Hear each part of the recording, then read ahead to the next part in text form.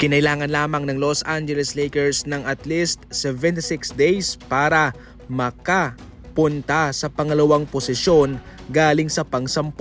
December 16, sila'y nasa pang-10 posisyon sa Western Conference mga idol. Pero pagkatapos lamang ng 3 buwan, sila ngayon ay nasa pangalawang posisyon. Ito'y pagkatapos na kanilang tinalo mga idol, Los Angeles Clippers, at natalo rin ho ang Nuggets kontra sa Boston Celtics kanina.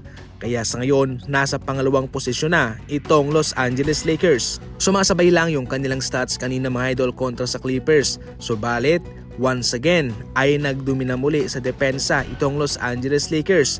Yun ho ang nagpanalo sa kanila laban sa kanilang karibal. Ang Los Angeles Lakers ay 16-4 sa kanilang huling 20 laro at 6 wins in 2 losses naman kung naglalaro si Luka. Hindi talaga batayan ang posisyonan sa unang mga buwan. Kaya sa ngayon mga idol, sa March, nasa pangalawang posisyon na itong Los Angeles Lakers at isa lamang ang kanilang pinapatunayan dito na sila'y isang legit na contender at siguradong mayroong kalalagyan ang babangga sa kanila sa playoff. Malaki man yung nawala sa kanila si Anthony Davis, pero ngayon ay marami naman silang armas sa kanilang mga malalaro, especially kay LeBron, kay Dalton Connect at syempre kay Luka Doncic.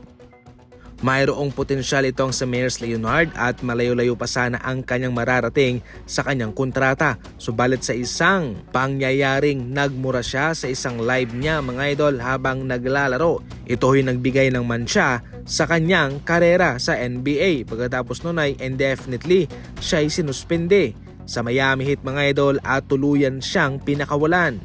Matagal-tagal din siyang nakabalik at kinuha siya ng Milwaukee Bucks pero hindi rin siya nagtagal.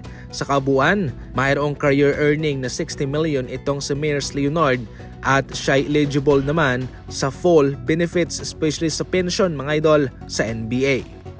Nakahanda nang magpulong ang Suns at ang kampo ni Kevin Durant kung hindi sila makakarating sa playoff. Yes mga idol, pag-uusapan nila ang isang potential trade na siyang magpapadala kay Kevin Durant sa isang contender na kupunan. Ibig sabihin nito ay ikis na nga ho ang Spurs at ang Rockets sa kanyang posibleng bagsakan kung saan gusto pa ring mapunta ni KD sa isang malakas na team. Magaling si Kevin Durant mga idol at malakas naman yung kanilang binong Big 3 doon sa Phoenix Suns. Subalit parang hindi talaga nag-workout ang lahat-lahat ng ito para sa kanila. Ito na ang pangalawang beses na nabigo ang Big 3 ni KD simula sa Brooklyn Nets, ngayon sa Suns at ngayon sa pangalawang pagkakataon maghahanap muli siya ng masasamahang contender team.